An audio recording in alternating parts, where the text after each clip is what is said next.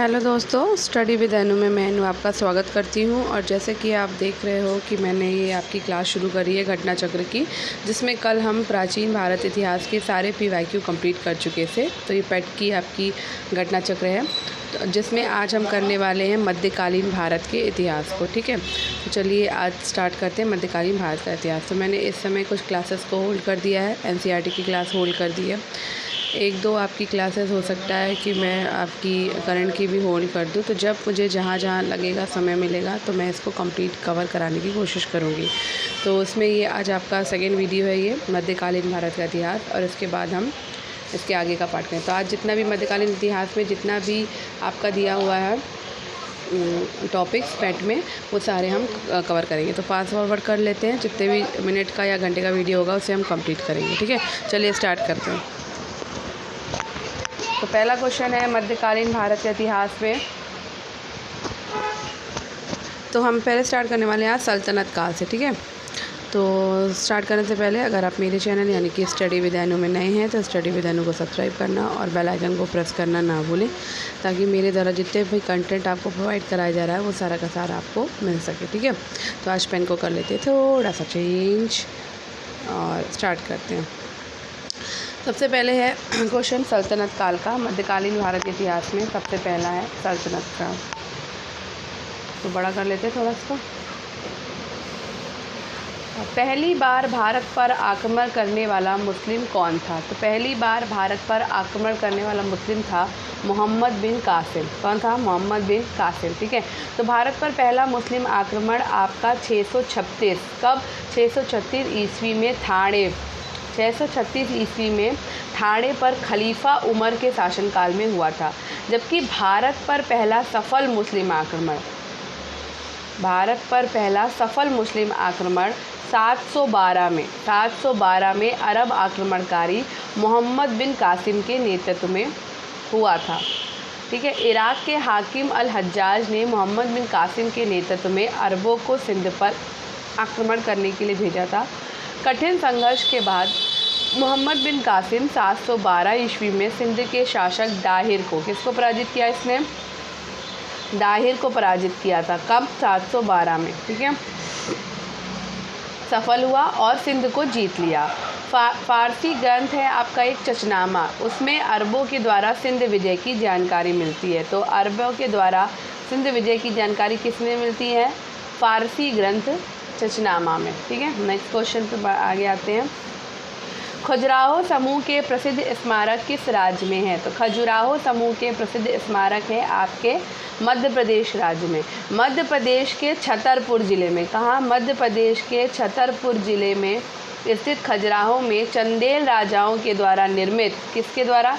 चंदेल राजाओं के द्वारा निर्मित मंदिर आज भी चंदेल स्थापत्य की उत्कृष्टता का बखान कर रहे हैं। इन मंदिरों का जो निर्माण है वो 950 से लेकर के आपका 1050 तक ईस्वी तक माना जाता है, जो कि चंदेलों का मुख्य काल है। लेकिन पूर्ववर्ती और परवर्ती काल में भी निर्माण हुए हैं, तो इनके बीच में ही कराया गया था। और यहाँ के मंदिरों में आपका एक सबसे फेमस या सर्वप्रमुख मंदिर है, वो है कंदरिया महादेव का मंदिर। इसका मंदिर कंदरिया महादेव का मंदिर आपका फेमस है खजुराहो में। ठीक है, तो खजुराहो के प्रसिद्ध स्मारक मध्य प्रदेश के छतरपुर ज़िले में है और चंदेल राजाओं के द्वारा ये मंदिर जो है बनवाए गए। ठीक है, नेक्स्ट क्वेश्चन है जयचंद के विश्वासघात के कारण पृथ्वीराज चौहान की पराजय हुई। कालांतर में जयचंद कहाँ और कब मारा गया था? तो मोहम्मद गौरी ने 1194 में कन्नौज के शासक जयचंद पर आक्रमण किया। कब किया था? 1194 में। ठीक है, उस समय कन्नौज एक शक्तिशाली राज्य था जिसकी पृथ्वीराज से शत्रुता थी। मोहम्मद गौरी और जयचंद के बीच चंदावर में युद्ध हुआ था, जिसमें जयचंद मारा गया था। ठीक है, तो चंदावर कन्नौज के युद्ध में तो ऑलरेडी मैंने बताया कि जयचंद ने मोहम्मद गौरी ने 1194 में कन्नौज के शासक जयचंद पर आक्रमण किया था। तो ये तो ऑप्शन होगा नहीं, क्योंकि पूछा गया है कि जयचंद मारा कब गया। तो जयचंद मारा गया था चंदावर के युद्ध में, लेकिन 1193 में नहीं, क्योंकि 1194 में तो आक्रमण ही किया, इसके बाद मारा गया, इसलिए इसका आंसर होगा डी, उपयुक्त में से कोई भी नहीं। ठीक है, नेक्स्ट क्वेश्चन पे चलते हैं। मोहम्मद गोरी किस वर्ष पृथ्वीराज तृतीय से पराजित हुआ था? तो मोहम्मद गोरी जो है वो पृथ्वीराज तृतीय से पराजित हुआ था 1191 में।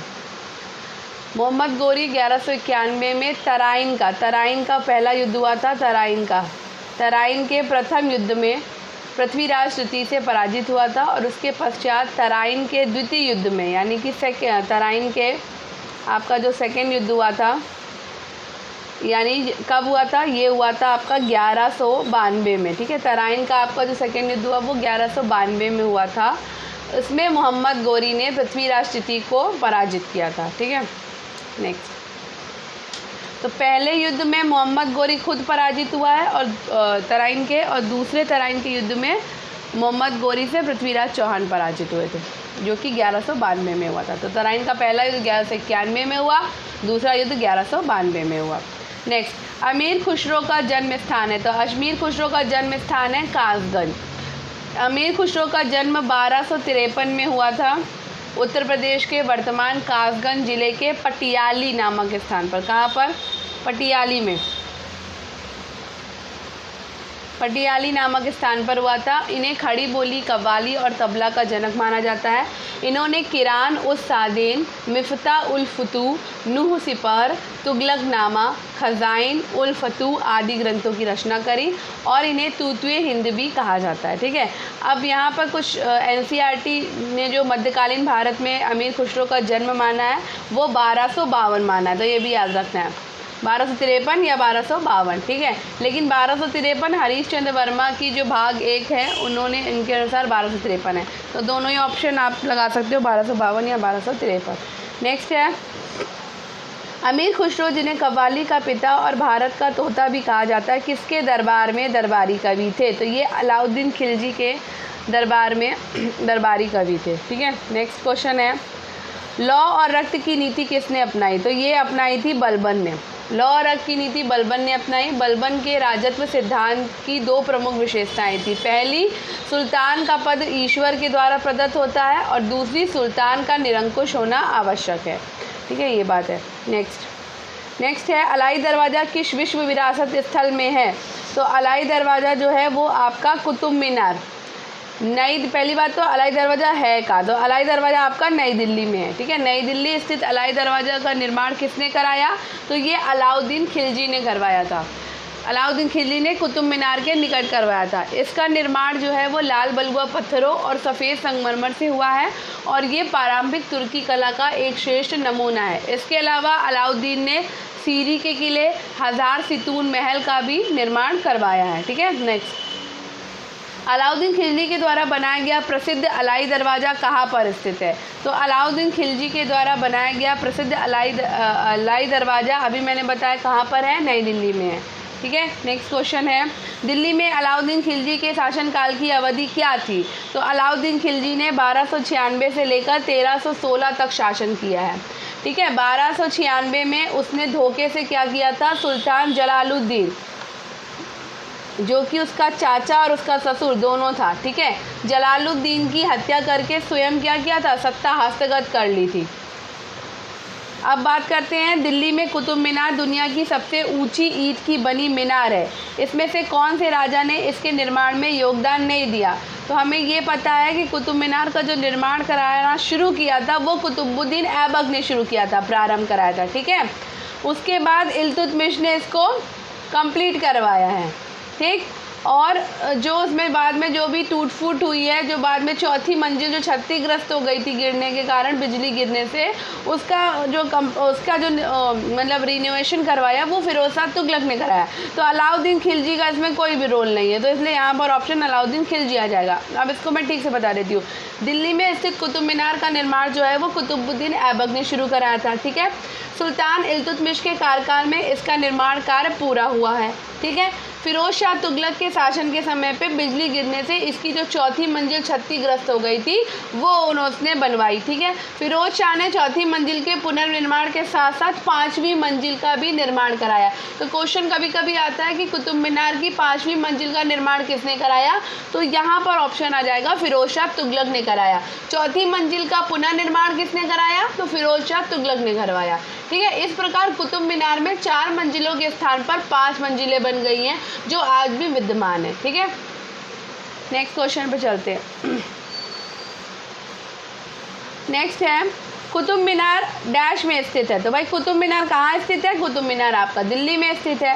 नेक्स्ट क्वेश्चन है नालंदा प्राचीन शिक्षण एवं मठ का केंद्र कब नष्ट हो गया था। तो नालंदा जो है ये आपका 1200 ईस्वी में नष्ट हो गया था और इसको नष्ट करने वाला कौन था, बख्तियार खिलजी था। ठीक है, मोहम्मद गोरी के एक साधारण दास इख्तियारुद्दीन मोहम्मद बिन बख्तियार खिलजी ने 1193 से लेकर 1203 के मध्य में बिहार की विजय की, नालंदा और विक्रमशिला विहार को नष्ट किया। नालंदा विश्वविद्यालय एक आवासीय विश्वविद्यालय का उदाहरण था जो बौद्ध शिक्षा का महत्वपूर्ण केंद्र था।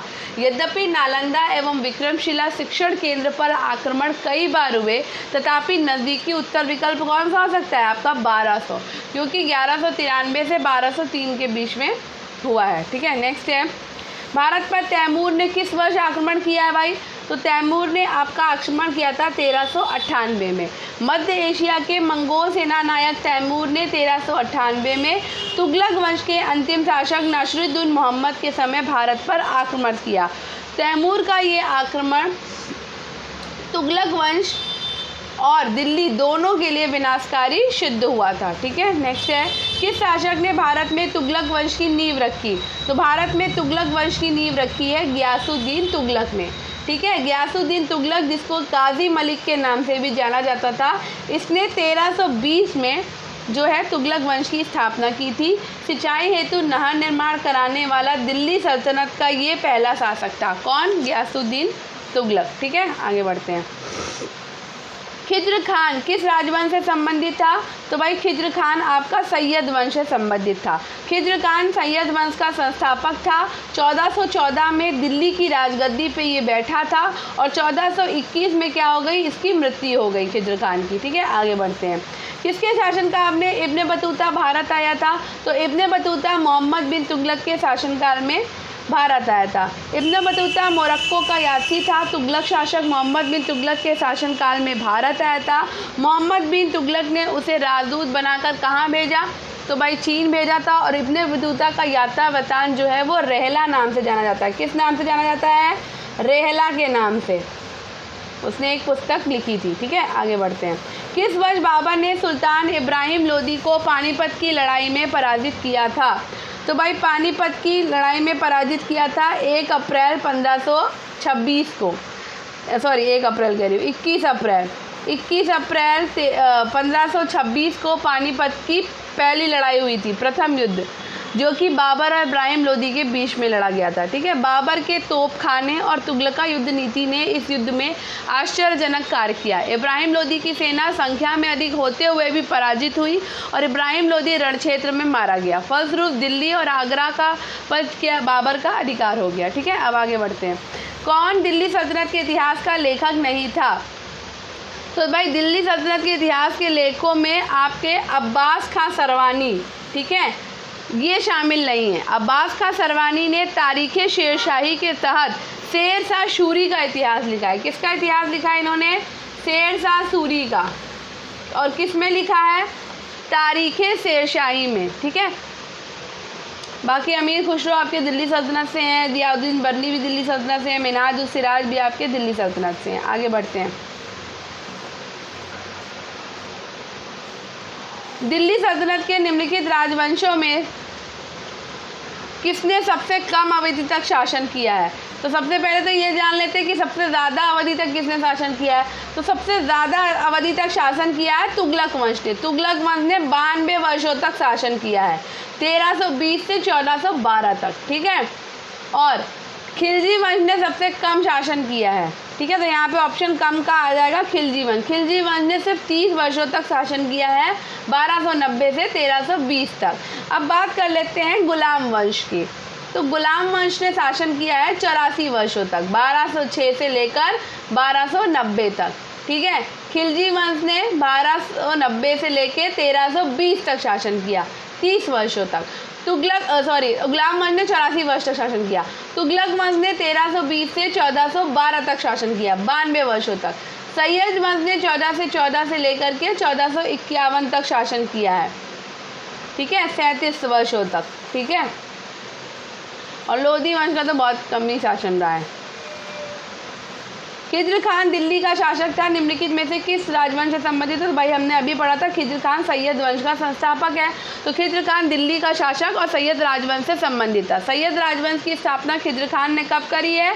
तो 1414 में की थी। और इस राजवंश का अंतिम शासक अलाउद्दीन आलम शाह था, जो कि 1445 से लेकर के 1451 ईस्वी तक था।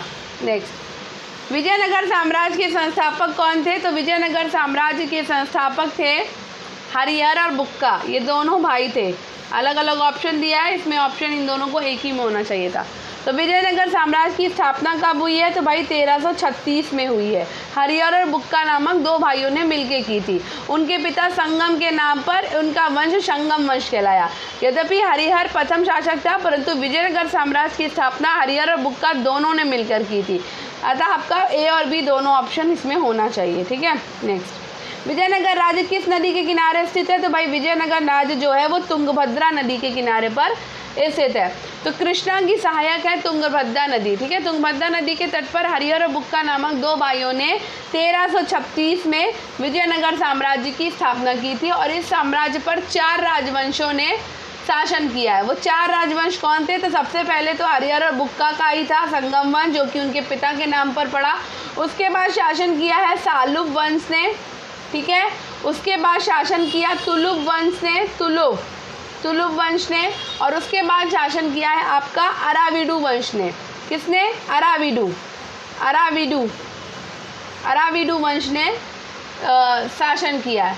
ठीक है, और कृष्णदेव राय विजयनगर साम्राज्य के सबसे प्रसिद्ध राजा थे। ठीक है, विजयनगर का साम्राज्य उनके कार्यकाल में भव्यता के शिखर पर पहुंच गया था। तो ये भी याद रखना है कि जो विजयनगर साम्राज्य था वो 4 राजवंशों में शासन किया, संगम वंश, शालुब वंश, तुलुब वंश और अराविडु वंश। ठीक है, नेक्स्ट क्वेश्चन है,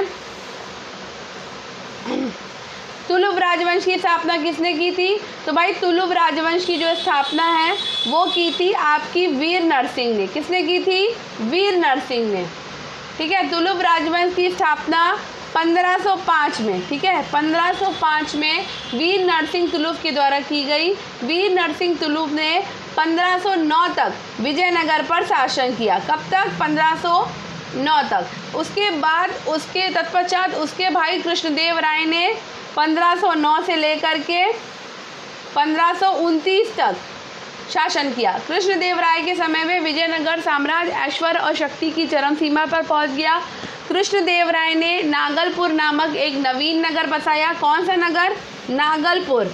ठीक है, नागलपुर नामक नवीन नगर किसने बसाया था? कृष्णदेव राय ने बसाया था। ठीक है, तथा अमुक्त माल्यद नामक एक ग्रंथ की रचना उन्होंने तेलुगु भाषा में करी। किसकी रचना करी? अमुक्त माल्यद की। अमुक्त माल्यद की रचना उन्होंने तेलुगु भाषा में करी है। और मुगल शासक बाबर ने भी अपनी कथा में कृष्णदेव राय को भारत का सर्वाधिक शक्तिशाली शासक बताया है। ठीक है, अब नेक्स्ट क्वेश्चन पे चलते हैं। किस प्राचीन साम्राज्य में महिलाएं कुश्ती में भाग लेती थी? तो भाई विजयनगर साम्राज्य में जो महिलाएं थी वो कुश्ती में भाग लेती थी। ठीक है, विजयनगर साम्राज्य में स्त्रियों को समाज से सम्मान प्राप्त था।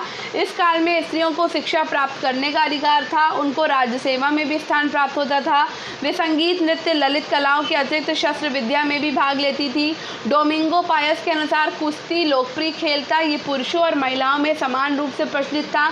स्त्रियां अंगरक्षिका और सुरक्षा कर्मी के रूप में नियुक्त की जाती थी। वे युद्ध क्षेत्र में भी जाती थी। ठीक है, बात करते हैं विजयनगर की प्रचलित परंपराओं के अनुसार राय विजयनगर के शासकों को कहा जाता था। तो नरपति राय, नरपति। ठीक है, विजयनगर की लोक प्रचलित परंपराओं के अनुसार दक्कन के सुल्तानों को अश्वपति तथा रायों को क्या कहा जाता था? नरपति की संज्ञा दी जाती थी। ठीक है, नेक्स्ट,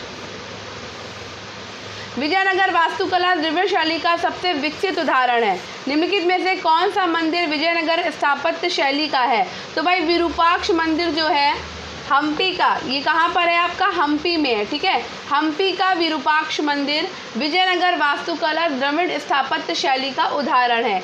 ये द्रविड़ वास्तुकला के पूर्ण विकसित और परिपूर्ण चरण का प्रतिनिधित्व करता है और ये मंदिर जो है वो भगवान शिव को समर्पित है। ठीक है, तो विरूपाक्ष मंदिर आपका भगवान शिव का मंदिर है। ठीक है, तो यहीं पे हमारा ये समाप्त होता है और हम मुगल साम्राज्य पर आ जाते हैं। ठीक है, तो मुगल सम्राट बाबर ने किस स्थान पर राणा सांगा और उनके सहयोगियों को हराया था? तो बाबर ने क्या किया था? खानवा का युद्ध लड़ा था 1527 में। कब लड़ा था? 1527 में। ठीक है, मुगल सम्राट बाबर ने खानवा के युद्ध में राणा सांगा और उनके सहयोगियों को हराया था। ठीक है, तो इसने 4 युद्ध लड़े हैं, 1526, 1527, 1528, 1529, 4 युद्ध लड़े। तो पहला पानीपत का लड़ा था, पहला युद्ध, दूसरा खानवा का युद्ध लड़ा, उसके बाद इसने शायद चंदेरी का लड़ा है, फिर चौसा का युद्ध लड़ा है। ठीक है, अभी हम आगे बताऊंगी मैं इसके बारे में। किस शासक की मृत्यु उसके पुस्तकालय की सीढ़ियों में गिरकर हुई थी? तो भाई ये है हुमायूं। हुमायूं की मृत्यु दिल्ली में दीनपना भवन में स्थित शेर मंडल पुस्तकालय की सीढ़ियों से गिरकर हुई थी। लेनपूल ने हुमायूं पर टिप्पणी करते हुए कहा कि हुमायूं जीवन भर लड़खड़ाता रहा और लड़खड़ाते हुए अपनी जान दे दी। किसने कहा है? लेनपूल ने। ठीक है, हुमायूं की दुर्घटना में आकस्मिक मृत्यु के उपरांत उनके बेटे अकबर को कहाँ मुगल सिंहासन पर बैठाया गया था? तो ये कलानौर में बैठाया गया था। कहाँ बैठाया गया था? कलानौर।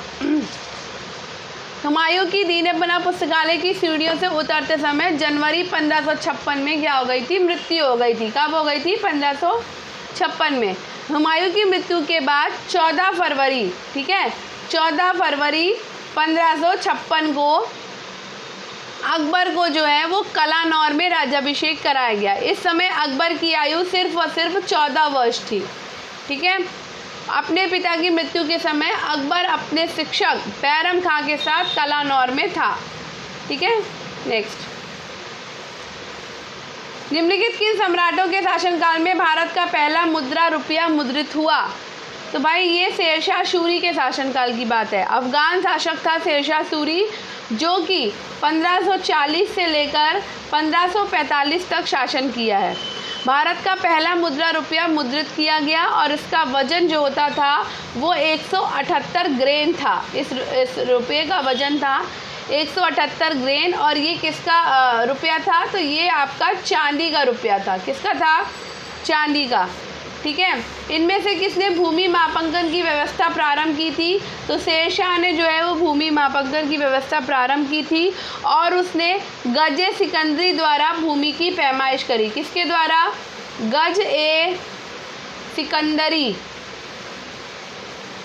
एक पैमाना चलाया था उसने भूमि की पैमाइश का। उपज के आधार पर भूमि को उत्तम, मध्यम और निष्कृष्ट 3 श्रेणियों में बांटा गया था। ठीक है, नेक्स्ट है, जलालुद्दीन मोहम्मद किस नाम से प्रसिद्ध है? तो भाई जलालुद्दीन मोहम्मद जो है वो अकबर के नाम से प्रसिद्ध है। तो अकबर का पूरा नाम जलालुद्दीन मोहम्मद अकबर है। वो मुग़ल साम्राज्य का सबसे प्रसिद्ध बादशाह था। अकबर भारत में मुग़ल वंश का 3रा शासक था।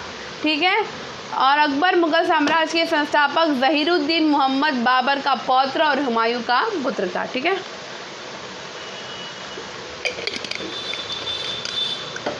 आगे चलते हैं। प्रारंभ में अकबर का संरक्षक कौन था? तो प्रारंभ में भाई अकबर का संरक्षक हम सबको पता है कि बैरम खां थे। कौन थे? बैरम खां। अकबर का जन्म जो है वो 1542 में हुआ था अमरकोट के राजा वीर साल के महल में। ठीक है, जब उसका राज्याभिषेक हुआ था उसकी आयु कितनी थी? मैंने अभी बताया था 14 वर्ष थी। ठीक है, बैरम खां अकबर का संरक्षक बना। अकबर ने उसे अपना वकील यानी कि वजीर नियुक्त किया था और उसे खाना की उपाधि भी से विभूषित भी किया था। ठीक है, नेक्स्ट, पानीपत का दूसरा युद्ध अकबर और हेमू के बीच लड़ा गया था। ठीक है, तो पानीपत हरियाणा का दूसरा युद्ध 5 नवंबर 1556 को अकबर और हेमू यानी कि हेमचंद्र विक्रमादित्य के बीच लड़ा गया, जिसमें हेमू की पराजय हुई और बैरम खान ने उसकी हत्या कर दी थी। हेमू आदिल शाह का वजीर और सेनापति था। आदिल शाह की तरफ से उसने 24 युद्धों में भाग लिया था, जिसमें से 12 में उसने विजय उसको प्राप्त हुई थी। निम्नलिखित में से किस लड़ाई में मुख्य विरोधियों को सही ढंग से नहीं बताया गया है? तो पानीपत की पहली लड़ाई बाबर और इब्राहिम लोदी के बीच हुई, बिल्कुल सही बात है। और ये कब हुई थी? तो भाई 1526 में हुई थी। ठीक, पानीपत की दूसरी लड़ाई जो है वो टीपू सुल्तान और मराठा के बीच नहीं हुई है, बल्कि अकबर और हेमू के बीच हुई थी 1556 में। ठीक है, तो यही वाला ऑप्शन आपका सही होगा। हल्दी घाटी का युद्ध महाराणा प्रताप और अकबर के बीच में हुआ था, और ये मैं बता देती हूँ, ये आपका हुआ था 1576 में। ठीक है, तो याद रखिएगा। नेक्स्ट, 1556 में पानीपत का द्वितीय युद्ध किसके मध्य लड़ा गया है? तो भाई ये अकबर और हेमू के मध्य में लड़ा गया था। ठीक है, और इस युद्ध में मुगल सेना जो है वो विजय हुई थी। अकबर के 9 रत्नों के बारे में इनमें से कौन सा सही ढंग से मेल नहीं खाता है? तो भाई अबुल फजल अकबर के वजीर थे और अकबर के शासनकाल में अकबरनामा के लेखक थे, तो ये बात बिल्कुल सही है। तो ये तो भाई मेल खा रहा है आपका। ठीक है, राजा मानसिंह अकबर के वित्त मंत्री थे, तो ये गलत है। अकबर के राज दरबार के 9 रत्नों में राजा मानसिंह जो थे वो अकबर के प्रधान सेनापति थे, तो आपका ऑप्शन यही होगा। ठीक है, ना कि वित्त मंत्री थे। ठीक है, राजा मानसिंह जो हैं वो जयपुर राजघराने के कछवाहा राजपूत राजा थे। ठीक है, नेक्स्ट क्वेश्चन है, अकबर ने अपने दरबारी संगीतज्ञ के रूप में किसे नियुक्त किया था? तो ये मियाँ तानसेन को नियुक्त किया था। ठीक है, अकबर ने मियाँ तानसेन को दरबारी संगीतज्ञ के रूप में नियुक्त किया था। वो अकबर के 9 रत्नों में से एक थे। अकबर के दरबार में आने से पहले तानसेन रीवा के राजा रामचंद्र के दरबार में रहते थे, जहाँ से अकबर ने उन्हें अपने दरबार में बुलाया और उच्च स्थान प्रदान किया। अकबर ने तानसेन को कंठाभरण वाणी विलास की उपाधि प्रदान की थी।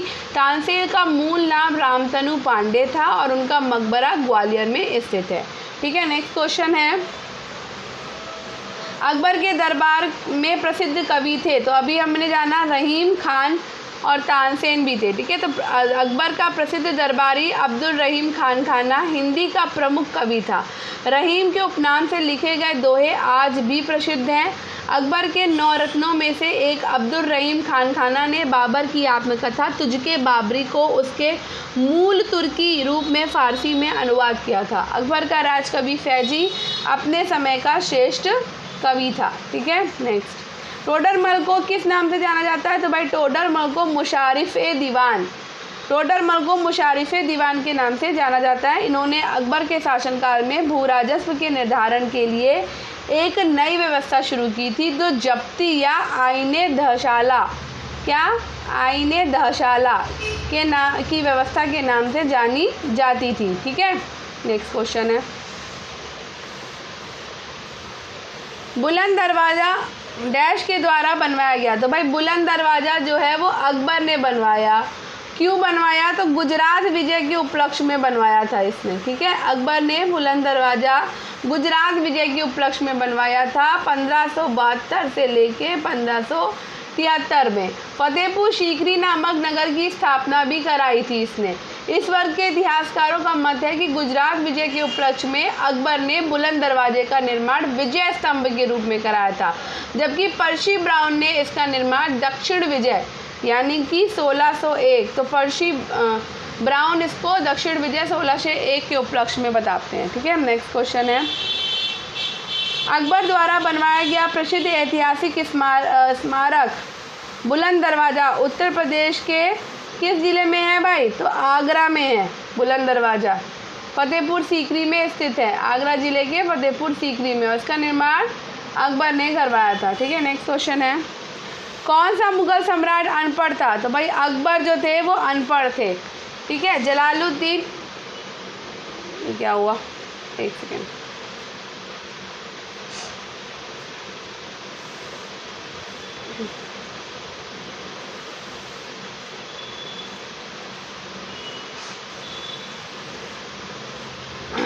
जरा सा फिंगर लग जाए तो रन टच हो जाता है।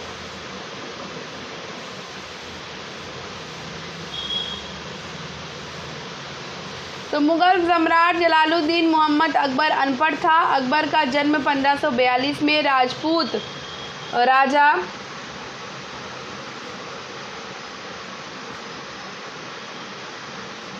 एक सेकेंड जलालुद्दीन मोहम्मद अकबर अनपढ़ था। अकबर का जन्म जो है वो 1542 में राजपूत राजा वीरसाल के अमरकोट किले में हुआ था। 1540 में अकबर के पिता हुमायूं की कन्नौज या बिलग्राम के युद्ध में शेरशाह के हाथों हुई पराजय के बाद उसे 1555 तक शरणार्थी के रूप में रहना पड़ा, जिससे अकबर की शिक्षा का उचित प्रबंध नहीं किया जा सका था। ठीक है, इसलिए वो अनपढ़ रह गया।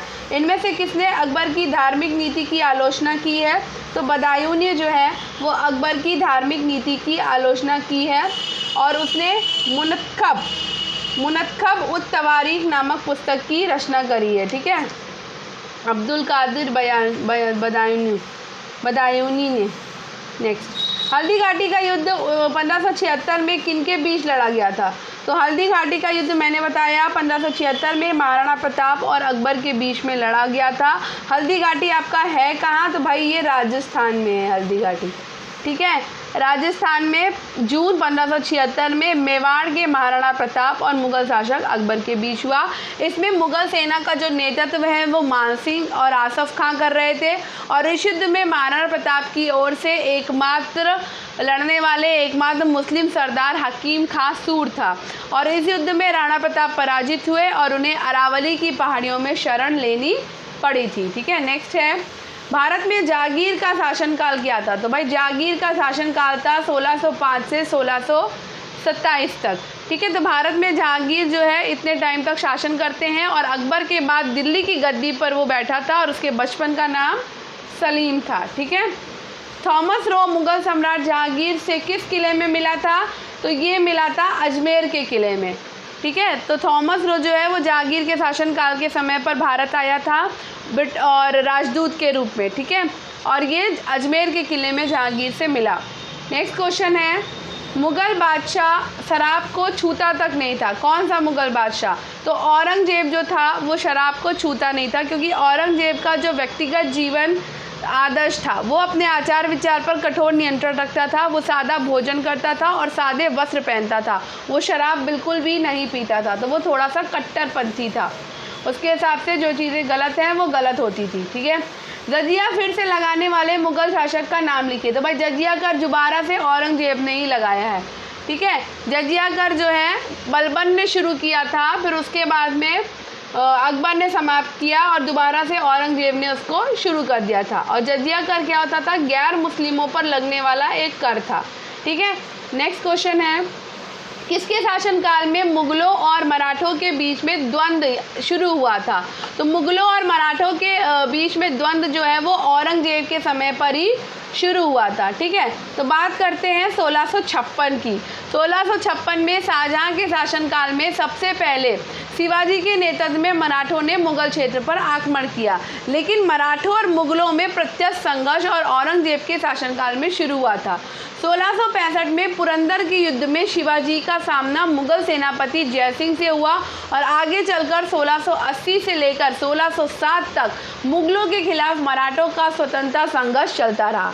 ठीक है, नेक्स्ट, औरंगजेब डैश का पुत्र था। तो भाई औरंगजेब जो था वो शाहजहां का पुत्र था। ठीक है, औरंगजेब मुगल बादशाह शाहजहां और मुमताज़ महल का पुत्र था। इसका 2 बार राज्याभिषेक हुआ है औरंगजेब का। इसके शासनकाल में सर्वाधिक हिंदू सेनापति जो हैं वो औरंगजेब के शासनकाल में थे और औरंगजेब का जो शासनकाल है वो 1658 से लेकर के 1707 तक रहा और 1707 में इसकी मृत्यु हुई है। ठीक है, ताजमहल के सुलेख कैलीग्राफर डैश ने 1648 में इसकी रचना की और पूरा किया। तो ये किया है अमानत खान सिराजी ने।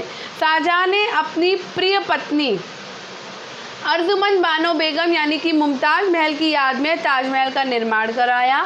अमानत खान सिराजी ताजमहल का कैलीग्राफर था। ताजमहल के डिज़ाइन का नाम उस्ताद अहमद लाहौरी था, डिज़ाइनर का नाम, सॉरी। ठीक है, तो कैलीग्राफर आपका कौन है? अमानत खान सिराज है, लेकिन डिज़ाइनर कौन है?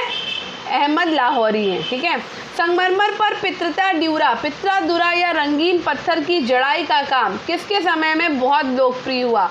तो ये भाई शाहजहां के समय पर लोकप्रिय हुआ था आपका पित्रा दुरा शैली।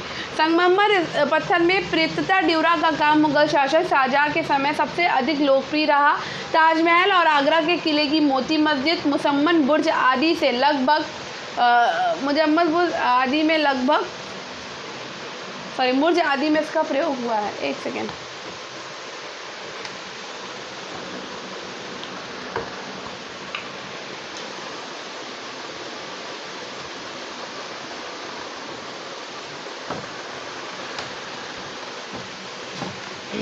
चलिए आगे बढ़ते हैं। दिल्ली का वो प्रसिद्ध लौह स्तंभ जो सदियों से बिना जंग लगे खड़ा है, वो किस ऐतिहासिक परिसर में स्थित है? तो ये है आपका कुतुब मीनार परिसर में। अब उस लौह स्तंभ का नाम बताइए। तो दिल्ली का प्रसिद्ध लौह स्तंभ कुतुब मीनार परिषद कुव्वतुल इस्लाम मस्जिद परिसर में अवस्थित है, और ये लौह स्तंभ भारतीय विज्ञान और वास्तुकला का उत्कृष्ट नमूना है, क्योंकि इसमें जंग नहीं लगी है और इसका निर्माण जो है वो गुप्त काल में किया गया था। ठीक है। अब नेक्स्ट क्वेश्चन है, बिहार राज्य के सासाराम शहर में निम्नलिखित किस प्राचीन सम्राट का मकबरा स्थित है? तो सासाराम में आपका शेरशाह सूरी का मकबरा है। ठीक है। शेरशाह सूरी का मकबरा बिहार के सासाराम में एक तालाब के बीच ऊंचे चबूतरे पर बना हुआ है, और ये आकार और गौरव दोनों दृष्टियों से भारतीय इस्लामिक निर्माण कला का सम्मिश्रण प्रदर्शित करता है। ठीक है। नेक्स्ट अब आगे बढ़ते हैं।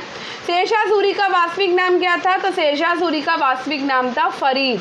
ठीक है। शेरशाह को शेर खान की उपाधि जो है वो बहार खान लोहानी ने दी थी। किसने दी थी? बहार खान लोहानी ने।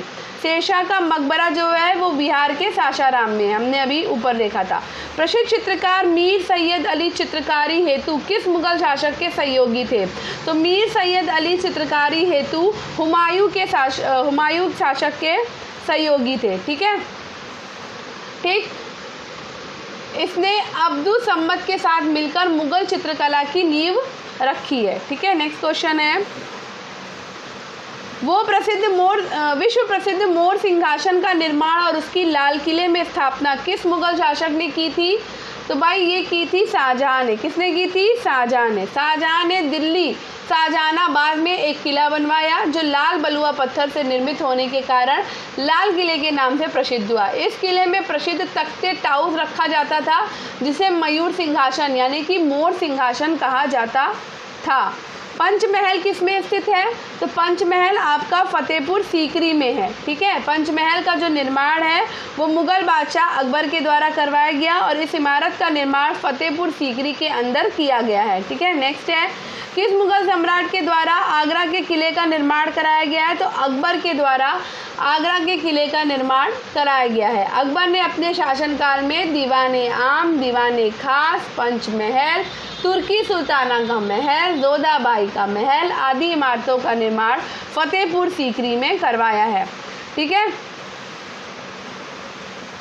दिल्ली की प्रसिद्ध जामा मस्जिद किसके द्वारा बनवाई गई थी? तो भाई जामा मस्जिद जो है वो बनवाई है आपकी शाहजहां ने। ठीक है। और ये प्रसिद्ध मस्जिद भारत की बड़ी मस्जिदों में से एक है। इसे मुगलों के शाही मस्जिद के रूप में जाना जाता था। ठीक है। आगे बढ़ते हैं। दिल्ली का लाल किला निम्नलिखित में से किस मुगल शासक ने बनवाया है? तो दिल्ली का लाल किला शाहजहां ने बनवाया है। लाल किला परिसर का निर्माण भारत के 5वें मुगल बादशाह शाहजहां के द्वारा नई राजधानी शाहजहानाबाद के किले के रूप में की गई थी। लाल बलुआ पत्थर की इसकी विशाल घेराबंदी दीवार के कारण इसका नामकरण लाल किला के रूप में किया गया था। ठीक है।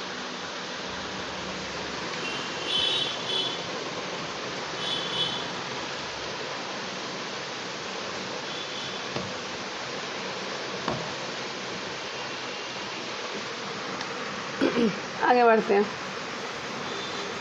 दिल्ली स्थित प्रसिद्ध हुमायूं के मकबरे का वास्तुकार कौन था? तो हुमायूं के मकबरे का वास्तुकार था मिराक मिर्जा घियास। जिन्हें अफगानिस्तान के हेरात शहर से बुलाया गया था। ये मकबरा हुमायूं की विधवा बेगम हमीदा बानो ने बनवाया था। ये चारबाग शैली में बना हुआ है मकबरा। 1993 में, कब? 1993 में हुमायूं का जो मकबरा है उसे यूनेस्को के द्वारा विश्व धरोहर स्थल घोषित किया गया है। ठीक है, आगे बढ़ते हैं। किस मुगल सम्राट ने ईस्ट इंडिया कंपनी को बंगाल में शुल्क मुक्त व्यापार की अनुमति दी थी? तो भाई ये थे औरंगजेब। औरंगजेब ने ईस्ट इंडिया कंपनी को बंगाल में शुल्क मुक्त व्यापार की अनुमति दी। और उसके बाद मुगल बादशाह फर्रुखशियर ने 1707, कब? 1707 में एक फरमान जारी किया जिसमें अंग्रेज़ों को 3000, ठीक है, 3000 वार्षिक कर देकर बंगाल में अतिरिक्त चुंगी दिए बिना व्यापार करने के अधिकार की पुष्टि की गई है। वो तो और ही ज़रा पागल था। मुगल वंश के पहले सम्राट बाबर ने अपनी देशी भाषा चगताई तुर्की में अपनी आत्मकथा लिखी। इस पुस्तक का नाम क्या है? तो मुगल साम्राज्य की जो आधारशिला रखने वाले ज़हीरुद्दीन मोहम्मद बाबर ने अपनी जीवन संबंधी घटनाओं को एक ग्रंथ में स्वयं ही लिखा था और इसे तुझके बाबरी या बाबरनामा, क्या? बाबरनामा कहते हैं। ये किताब जो है वो तुर्की भाषा में लिखी गई है। किस भाषा में लिखी गई है? तुर्की भाषा में। और किसने लिखी है? तो भाई बाबर ने खुद लिखी है। ठीक है, आगे बढ़ते हैं। तारीख़े फ़िरोज़ शाही के लेखक हैं, तो तारीख़े फ़िरोज़ शाही के लेखक हैं आपके ज़ियाउद्दीन बरनी। ठीक है, ये इतिहासकार और राजनीतिक विचारक थे जो मोहम्मद बिन तुगलक और फ़िरोज़ शाह तुगलक के शासनकाल में भारत में रहे। तारीख़े फ़िरोज़ शाही इनकी प्रसिद्ध ऐतिहासिक कृति है।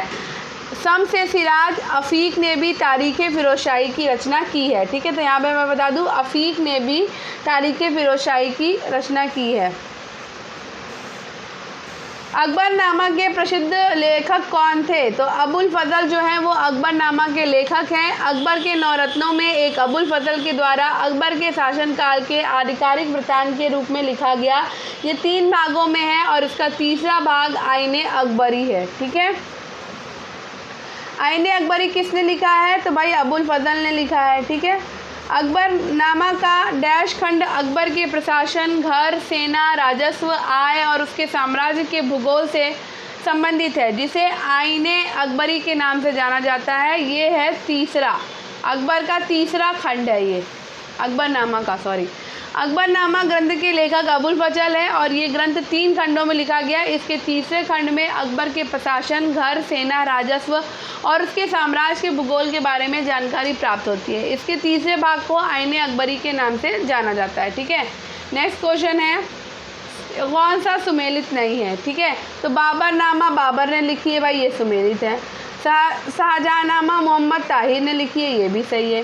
हुमायूंनामा हुमायूं ने नहीं लिखी है। ठीक है, और तुझके जागीरी जागीर ने लिखी है। तो हुमायूंनामा लिखी किसने है? तो भाई हुमायूंनामा हुमायूं की बहन थी गुलबदन बेगम, उनके द्वारा ये लिखी गई थी, जिसमें बाबर और हुमायूं के जीवन और उपलब्धियों का विवरण है। तुझके जागीरी जागीरी ने लिखी बाबरनामा, तुझके बाबरी जो है रचना तुर्की में जो है बाबर ने की है। और शाहजहांनामा के लेखक मोहम्मद ताहिर यानी कि इनायत खां है। ठीक है, नेक्स्ट हुमायूंनामा के लेखक कौन है? तो हुमायूंनामा के लेखक है गुलबदन बेगम, जो कि हुमायूं की बहन है। वो कौन सा स्थान है जहां अंतिम मुगल सम्राट बहादुर शाह जफर की मृत्यु हुई? तो वो स्थान है आपका रंगून। ठीक है, अवध में अंतिम मुगल सम्राट बहादुर शाह जफर की मृत्यु जो है वो रंगून में हुई थी। और कब हुई थी? तो 1862 में हुई है। ठीक है, रंगून यानी कि यांगून में हुई थी, उस समय यांगून कहते थे। कौन अवध का प्रथम नवाब था? तो अवध का प्रथम नवाब था आसिफुद्दौला, ये क्या नाम है, सादत खां। ठीक है, अवध में स्वतंत्र राज्य की स्थापना ईरानी दल के नेता शहादत खां बुरहान उल मुल्क ने की थी। 1722 में शहादत खां को अवध का सूबेदार नियुक्त किया गया था। ठीक है, और उसी समय उसने अपने आप को स्वतंत्र घोषित कर लिया और नाम मात्र के लिए मुगल बादशाह के स्वामित्व को स्वीकार करता रहा। वो अवध का पहला नवाब था। 1739 में शहादत खां की मृत्यु के बाद मुगल सम्राट मोहम्मद शाह ने शहादत खां के भतीजे और दामाद सफदर जंग को अवध का नवाब नियुक्त किया है। ठीक है, गला आज भी बहुत दर्द हो रहा है, तब इतनी तेज़ से पहला कठपुतली मुगल सम्राट कौन था? तो पहला कठपुतली मुगल सम्राट था जहांदार शाह। बहादुर शाह प्रथम के पश्चात ईरानी दल के नेता जुल्फिकार खां की सहायता से जहांदार शाह, जो कि 1712 से 1713 तक शासक बना, उसके शासनकाल में प्रशासन वास्तव में जुल्फिकार खां के हाथों में ही था, जो कि वजीर बन गया था। ठीक है, नेक्स्ट है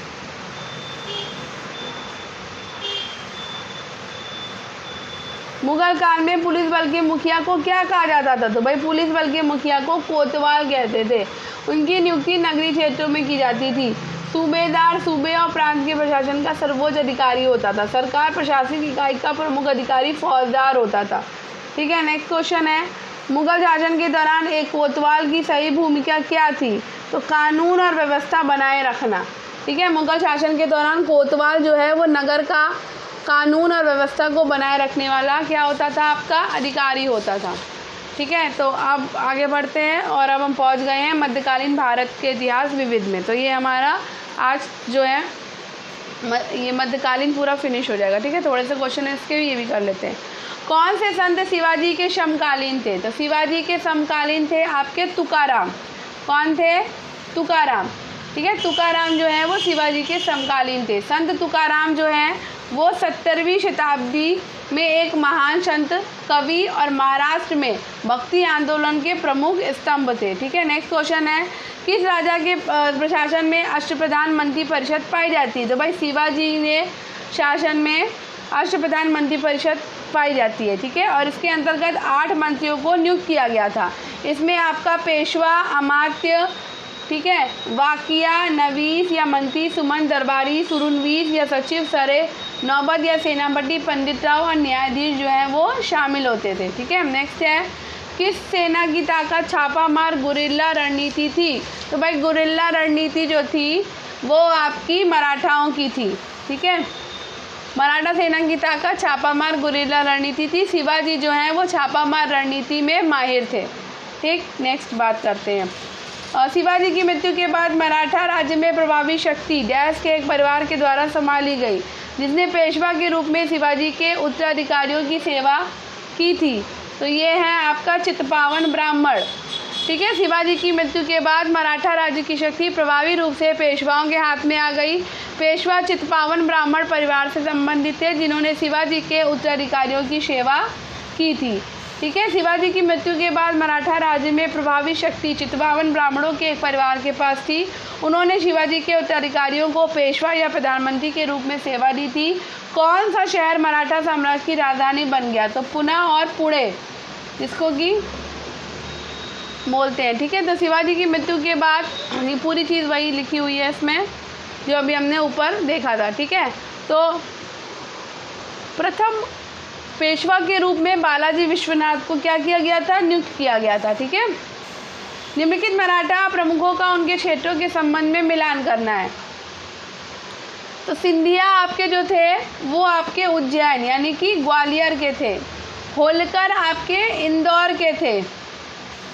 गायकवाड़ आपके बड़ौदा के थे। भोसले आपके नागपुर के थे। ठीक है, नेक्स्ट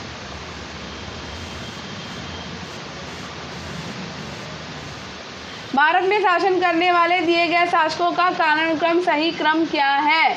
तो भाई इल्तुतमिश जो है सबसे पहले यहाँ के हिसाब से इल्तुतमिश होने चाहिए। ठीक है, इल्तुतमिश जो है मैं बता देती हूँ आपको। पहले आए इल्तुतमिश। इल्तुतमिश जो है वो 1211 से 1236 तक शासन किए हैं। ठीक, उसके बाद शासन किया अलाउद्दीन खिलजी ने 1296 से 1316 तक। फिर शेरशाह सूरी ने किया 1540 से 1545 तक। फिर अकबर ने किया 1556 से 1605 तक। ठीक है, तो पहले नंबर पर इल्तुतमिश आएगा, फिर आपका आ जाएगा ये अलाउद्दीन, फिर शेरशाह सूरी, उसके बाद अकबर। ठीक है, नेक्स्ट बुरहानपुर में स्थित असीरगढ़ किला, जिसे दक्कन का दरवाज़ा के नाम से जाना जाता है, किस यदुवंशी अहीर राजा के द्वारा बनवाया गया था? तो ये आशा अहीर के द्वारा बनवाया गया था।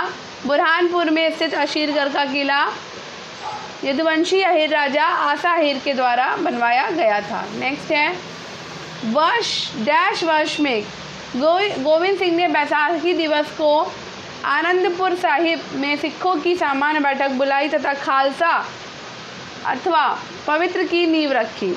तो भाई देखो, गुरु गोविंद सिंह जी ने 1699 में बैसाखी के दिन आनंदपुर साहिब में खालसा की क्या रखी थी? नींव रखी थी।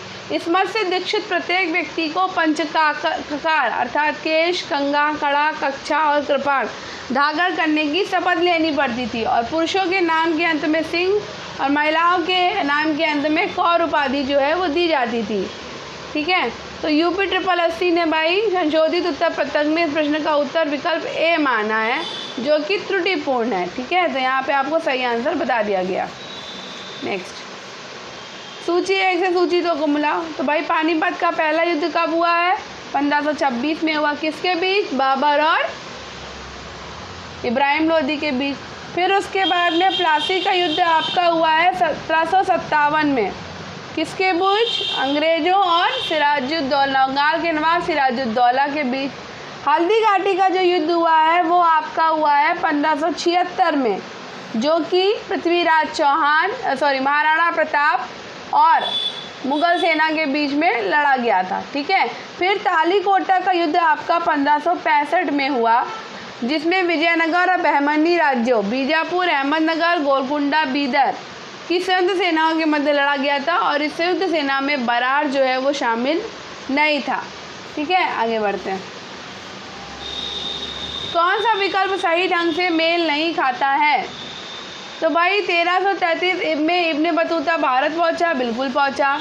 1506 में गुरु नानक देव का जन्म हुआ है, तो नहीं भाई, गुरु नानक देव का जन्म जो है वो 1469 में तलवंडी पंजाब, जो कि अब पाकिस्तान में ननकाना साहिब में हुआ था, और ये खत्री परिवार से संबंधित थे। ये सिखों के पहले गुरु थे और बाकी सारे आपके सुमेलित थे। ठीक है, तो मार्को पोलो भारत का दौरा 1290 में करते हैं। वास्को डी गामा कालीकट 1498 में आता है, ये भी सही है। ठीक है, भक्ति आंदोलन को उत्तर भारत में लाने का श्रेय किसको दिया जाता है? तो भक्ति आंदोलन को उत्तर भारत में लाने का श्रेय रामानंद को दिया जाता है।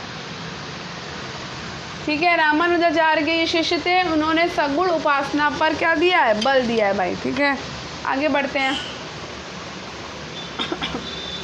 गला बहुत खराब हो गया है।